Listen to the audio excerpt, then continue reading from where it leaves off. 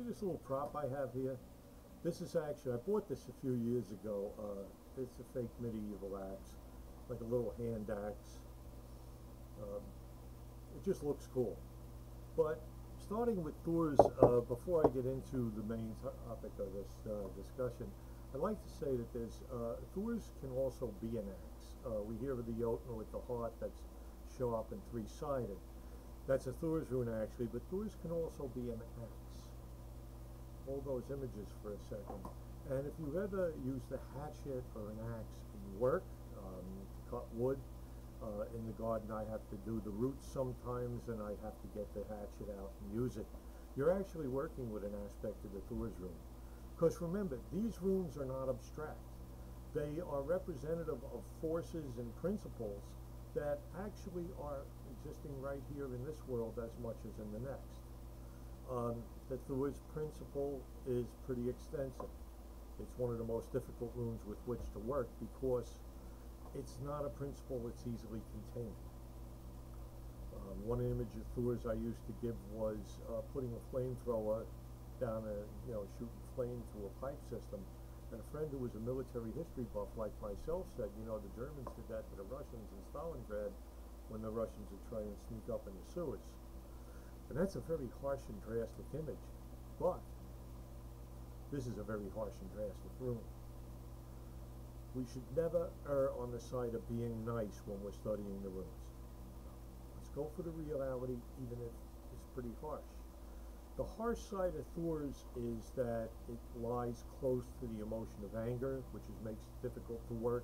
People who are upset, resentful, and work with Thurs often find themselves starting to feel rage.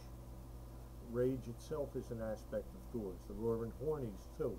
But you think of rage as being more focused. We're talking here about fury, where rage, instead of going in a general direction, north, south, east, or west, where that rage is just going all over the place. It's just expending itself.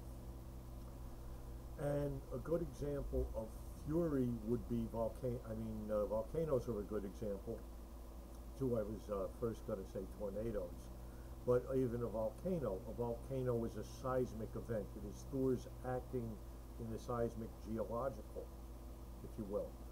And with the explosion, you see with the explosion of Mount St. Helens, the landslide comes, and then the fury, the outburst that knows no direction, the pyroclastic cloud, and all these things come out. That's Thurs. We say the tornado. If you look at the recent events, this video was done about a month after killer tornadoes hit Joplin, Missouri, and very drastic scenes, not only of the tornado, which itself is an example of Thurs as fury, but the aftermath, the damage, the randomness of it, the violence of it. We see this in the word outburst, an emotional outburst. And guys, if you've ever been out shopping and your girlfriend isn't too happy with you not giving her enough money for what she wants, and she gets angry and creates a scene, you've been there, right? Okay.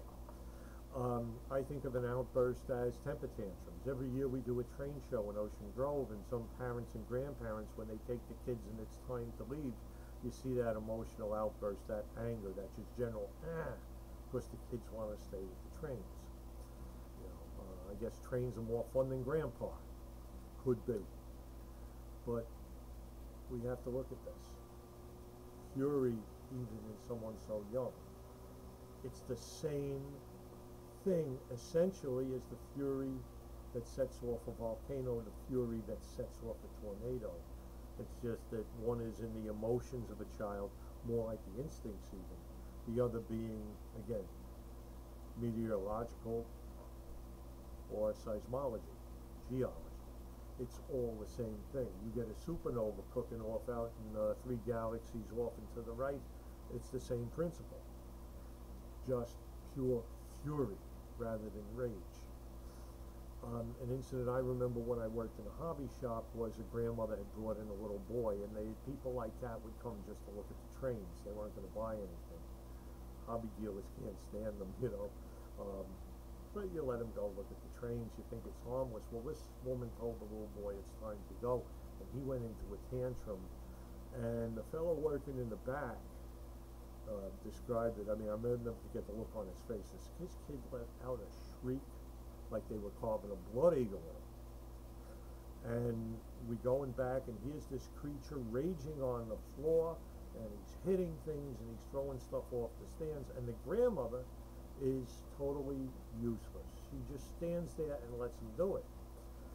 And you can see by the look in her face, she's used to this. So I had to actually go in and, you know, just yell and shout. You make a loud enough noise, a little kid 4-year-old is going to look. I said, all right, to the woman, you out, don't come back.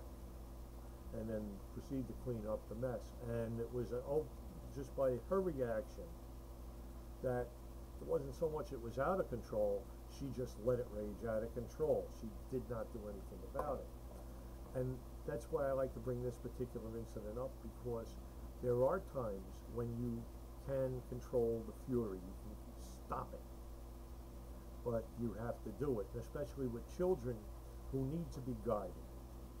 With a tantrum, they have to be stopped, and sometimes there has to be consequences for the behavior, because if tantrums continue on into adulthood, and we've all met idiots like that, and there we go, idiots, morons. They lose friends. It hurts them actually. You know, rage is such a thing. We talk about it in a child, and then we see the guy who flies off the handle, maybe only for a second or two, but he throws down his tools, he hits the wall. I worked with a guy like that once. He hit the wall. We had to take him to the emergency room. He was a good guy, but that rage made us careful, because as humans, we kind of stay away from rage. We know where it can go. And when it turns into fury and it's all over the place, then you got a mess on your hands. But you can sometimes step in and put the brakes to it. You can deflect it, or you can get out of the way. When this kind of thing, people allow this to happen in them, there has to be consequences. And often they create their own. I worked in a city up in North Jersey years ago. It was a nice little place. And the people were pretty tolerant of each other, you know, and new people. And one fella came in town, I remember he looked like the guy from the Mario game, the video game, with a little push broom mustache, and kind of a sad-looking guy. Had a sad story about his wife throwing him out and divorcing him. Picked up a job in town. But after about a week, this guy started having, again, fury, just outburst, and we found he had an anger problem. And I won't go into detail, but to say by his 3rd week there, everyone was wishing he would go away.